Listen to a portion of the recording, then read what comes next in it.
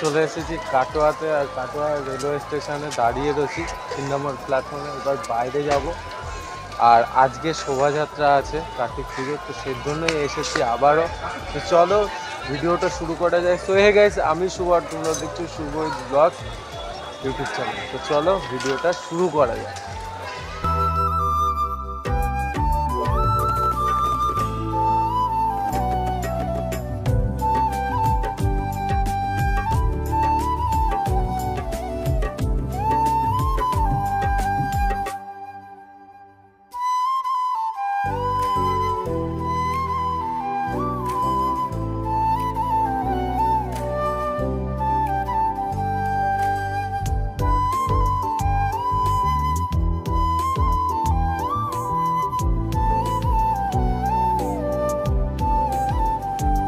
কাটোয়া স্টেশনে ঠিক 1 নম্বর প্ল্যাটফর্মে বাইরে বেরোলেই দেখতে পারবে এই ঠাকুরটি।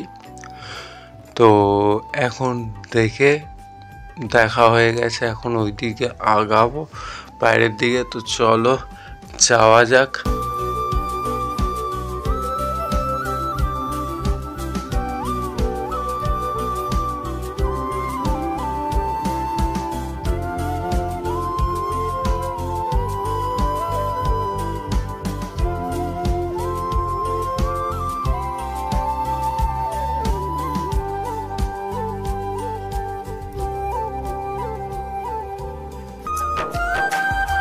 তো যেই জায়গাটিতে লড়াই চালু হয় কার্তিক ঠাকুরের, যেখান থেকে শোভাযাত্রা শুরু হয় সেখানেই দাঁড়িয়ে আছে। আর পর দেখতে পাচ্ছ এরকম কতগুলো, এর আগেও কতগুলো আছে।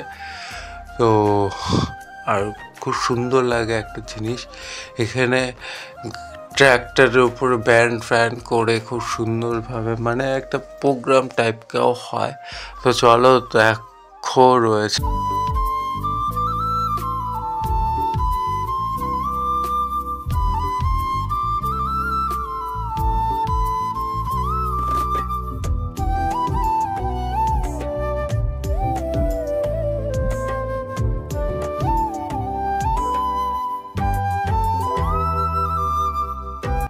এরই মধ্যে একটা মহাদেবকে দেখতে পাওয়া গেছে, জ্যান্ত মহাদেব। তো এই দেখতেই পাচ্ছ তোমরা। তো এখন দর্শন করব। তো গাইস দর্শন করা হয়ে গেছে, অ্যাকচুয়াল হচ্ছে মজা করছে। উনি সেজে এসেছিলেন, বেশ ভালোই লাগছিল মহাদেব হিসেবে। আর আসল তো মহাদেব দেখতে পারবো না, এই জীবনে দেখতে পারবো কিনা তাই না, যদি পূর্ণ করে থাকি অবশ্যই দেখতে পারবো। তো চলো বেশি মজা না করে আগের দিকে যাওয়া যাক। তো চলি।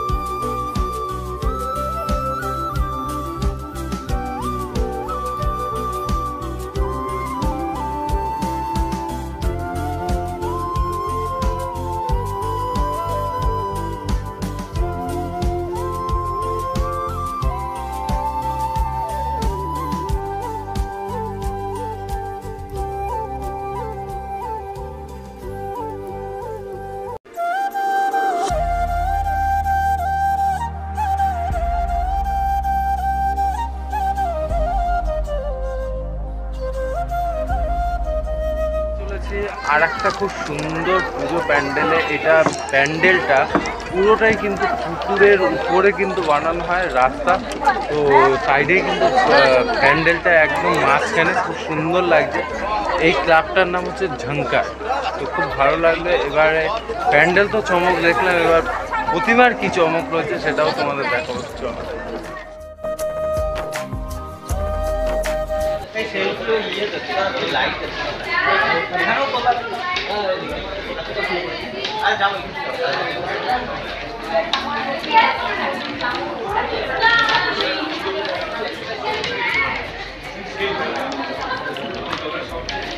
আর এই যে প্যান্ডেলের গায়ে যে কারুকার্যগুলো করা রয়েছে, এগুলো একদম বাচ্চাদের, যেগুলো দিয়ে ঝিনুক, থালা, বাটি, আমরা নিত্য প্রয়োজনীয় জিনিস যেগুলো দিয়ে ব্যবহার হয়, তো সেই জিনিস দিয়েই কিন্তু এখানে বানানো হয়েছে খুব সুন্দরভাবে প্যান্ডেলটার ভিতরে কারুকার্য।